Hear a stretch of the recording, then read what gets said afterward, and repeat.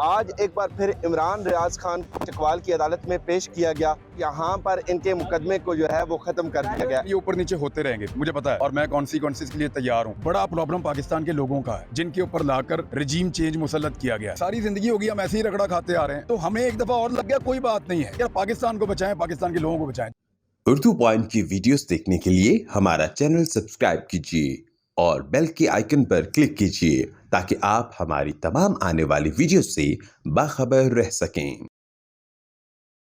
इस वक्त हमारे साथ मौजूद है इमरान रियाज खान साहब। अस्सलाम वालेकुम। वालेकुम अस्सलाम। सर बताइएगा कि पहले तो आपके ऊपर 18 FIR कराई गई, उसके बाद आपको जेल में लेके जाया गया, 25 हो गई मेरे ख्याल में। और उसके बाद अगर बात करें तो आपको, वैसे भी आप ट्रैवलिंग के शौकीन हैं, तो आपको पंजाब पुलिस ने पूरे पंजाब में घुमाया। ये कौन सी ट्रैवलिंग थी?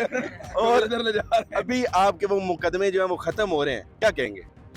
अल्लाह रब्बुल इज़्ज़त का शुक्र है, और मौसम बहुत अच्छा है आज का, और हालात भी अच्छे हैं अल्हम्दुलिल्लाह। लेकिन ये ऊपर नीचे होते रहेंगे, मुझे पता है, और मैं कॉन्सिक्वेंसेस के लिए तैयार हूँ। अभी कुछ भुगता है, कुछ भुगतेंगे और देखेंगे। मेरा इस वक्त आज के दिन में सबसे बड़ा कंसर्न ये है कि मेरे पास पक्की रिपोर्ट है कि अरशद भाई के ऊपर अटैक करेंगे कुछ लोग। तो मैं सिर्फ कैमरे में आपको ये बता रहा हूँ कि ये रेड लाइन है, अरशद शरीफ हमारी रेड लाइन है।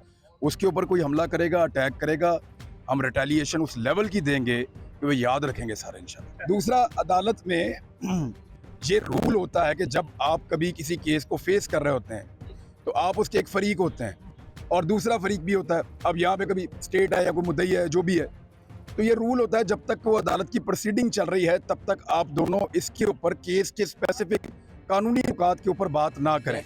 इसके अलावा कोई और कमिटमेंट फरीकैन ने अदालत में नहीं दी। मैं जिस दिन वहाँ से छूटा उस दिन वापस आया, सिर्फ मैंने मेरे ख्याल में 12 घंटे आराम किया है, और उसके बाद आप देखें मैंने पहला अपना वीलॉग किया, और मैं लगातार बोल रहा हूँ, लगातार बात कर रहा हूँ। तो जिन लोगों को ये प्रोपेगेंडा करने का शौक था उनको फिर पता चल गया कि तो अपना काम कर रहा हूँ। अच्छा इमरान भाई, लास्ट टाइम जब आपको यहाँ पर चकवाल में पेश किया गया, उस वक्त यहाँ पर एक सिविल कर्फ्यू का हमें सीन नजर आए। यहाँ पर ना साफियों को अंदर आने दिया, हालांकि साफियों पे तशद्दुद हुआ। उसके बाद वकला को यहाँ पर चकवाल पार, क्योंकि वकला का घर होता है, उनको भी अंदर नहीं आने दिया। यहाँ पर आपको एक शख्स से क्या हुकूमत इतना डर गई थी? मैं एक चीज़ आपको अर्ज करता हूँ, तो मैं कुछ भी नहीं हूँ, अल्लाह रब्बुल इज़्ज़त की ज़ात सबसे बड़ी और वो ताकतवर है, और अल्लाह ताला ये जो हमारा परचम है इसका साया हमारे ऊपर रखे हमेशा। मैं जो एक चीज़ आपसे अर्ज कर रहा हूँ ना, बड़ा प्रॉब्लम पाकिस्तान के लोगों का है, जिनके ऊपर लाकर रजीम चेंज मुसल्लत किया गया है। उनकी हालत आप देखें क्या हो रही है लोगों की। असल बात वो है, मैं कोई सहाफ़ियों के साथ ये पहली दफ़ा तो नहीं हुआ, सारी ज़िंदगी होगी हम ऐसे ही रगड़ा खाते आ रहे हैं। वकला के साथ ये पहली दफ़ा तो नहीं हुआ, सारी ज़िंदगी होगी वकला ऐसे ही रगड़ा खाते आ रहे हैं। तो हमें एक दफ़ा और लग गया, कोई बात नहीं है यार, पाकिस्तान को बचाएं, पाकिस्तान के लोगों को बचाएं। अली भाई बताइएगा कि आज फिर आप इमरान रियाज खान के वकील के तौर पे यहाँ पर पेश हुए हैं, क्या फैसला हुआ? आज मुअज़्ज़ज़ अदालत में ऑनरेबल लाहौर हाई कोर्ट के हुक्म पे पेश हुए थे।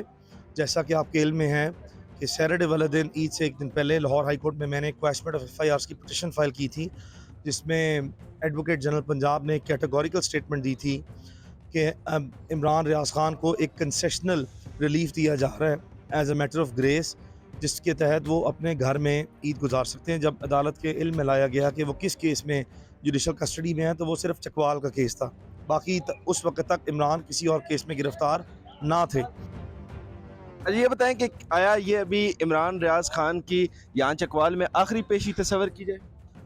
अल्लाह करे ये आखिरी तस्वुर हो जाए। अब चूँकि इस मुकदमे को मज़ीद चलाया नहीं जा सकता, तो मुकदमा सूरी खारिज कर देगी, उनको कर देना चाहिए।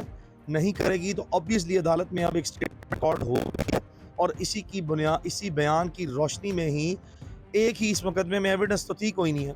एक शख्स है जिसने कोई एलिगेशंस लगाए हैं और वो अपने एलिगेशंस पे खुद ही वो मुनहरिफ हो गया है और उसको मज़ीद ना चलाना चाहता है। अब किसी किस्म की ना कोई भी कानूनी गुंजाइश मौजूद नहीं है कि ये मुकदमा मज़ीद आगे बढ़ सके। जी बहुत बहुत शुक्रिया। जी तो नाज़रीन, इसी के साथ अपने मेज़बान कमर अब्बास को दीजिए इजाज़त। मिलते हैं एक और वीडियो के साथ। अस्सलाम वालेकुम।